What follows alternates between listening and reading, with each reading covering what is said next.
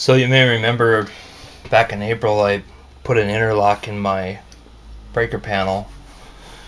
A couple years ago we had an ice storm.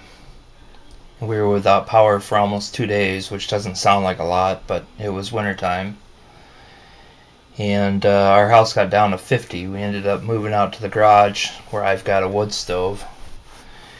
And I know it was less than 2 days, but I felt really vulnerable when that happened. So I ended up buying a generator, and I've got an interlock kit. And I'll put a link to the video for the interlock kit in the upper right hand corner. You can click on that and watch the video of the modifications I made to the breaker panel, showing how to install the interlock plate. But now I've got everything done, and I'm just going to test it out. So I've got this orange wire here, goes across my floor joist and goes out the side of the house, and I'll show you more about that in a minute here.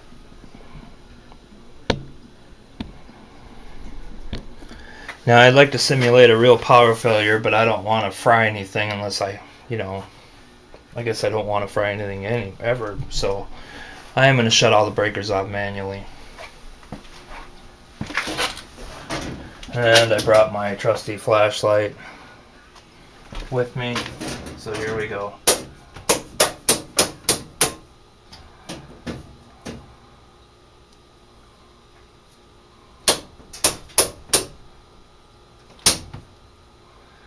And the last one is this light.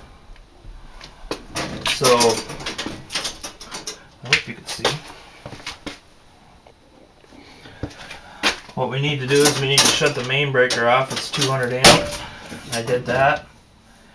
And so now that we are disconnected from the grid,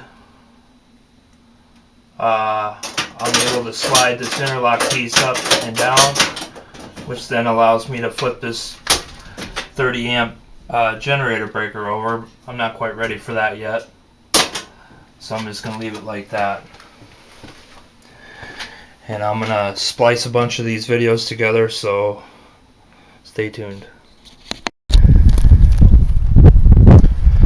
So now we're on the outside of the house, obviously. Happy winter solstice, by the way. The days only get longer from here. Here I have a 4,000 watt generator. It's a Champion. It starts and runs really well. And over here is my power inlet box for my generator. So I'm going to hook that up.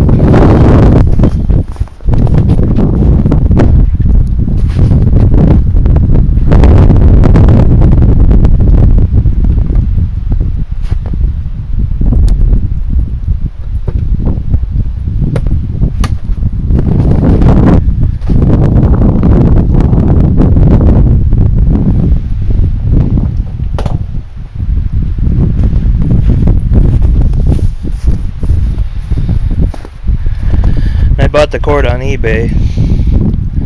I went to Lowe's and Home Depot and Menards looking for one, but they had them in 25 and 50 foot, and I didn't want anything that long. So I bought this one on eBay. It's only 10 foot. I got the generator sitting on the concrete pad where my air conditioner used to be before I had geothermal. So, ready to start the thing.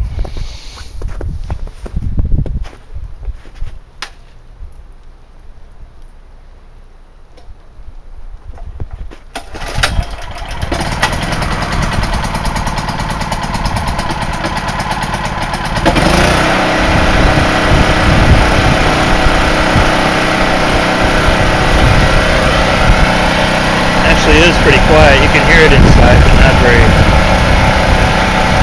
It's not too loud. Let's go turn on some breakers. Alright, so here we are back in the basement again. Got the generator running. The first thing I'm going to want to do is turn on or lift the interlock. flip on the breaker that backfeeds the generator panel. And as you can see, I have the main breaker shut off. If there was an ice storm and they had broken power lines, you don't want to backfeed into the grid and kill a lineman. So the very first thing I'm going to turn on is this second breaker from the bottom on the left, which is this overhead light. And now I can turn on anything I want. If I need to get the car out of the garage and don't want to use a manual release, turn on number 5 and my garage door will open. Number 7, that's an important one. That's for my furnace. I actually have dual fuel. I have geothermal and natural gas backup. So if this was really in an ice storm kind of situation, I would definitely be using the natural gas. I don't know if the generator can carry the geo or not. Second floor lights, main floor outlets. Want to watch TV, see what the weather's doing, or charge cell phones. Probably won't be drying clothes. Kitchen outlets if you need to make some toast or something. Basement outlets, main floor lights, second floor outlets, basement lights, mudroom, water heater, don't need that. Second floor outlets. But the one that I'm more concerned about than anything is this number 7, which is my furnace. And we're gonna see what happens here.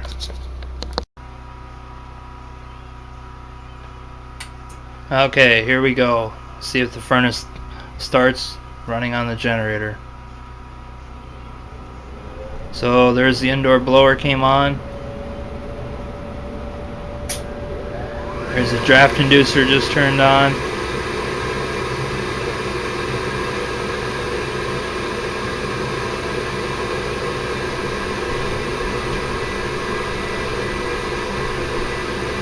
Here comes the igniter.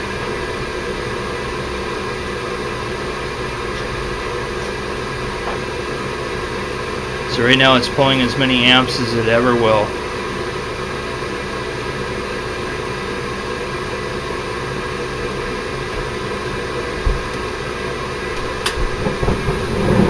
All 5 burners lit.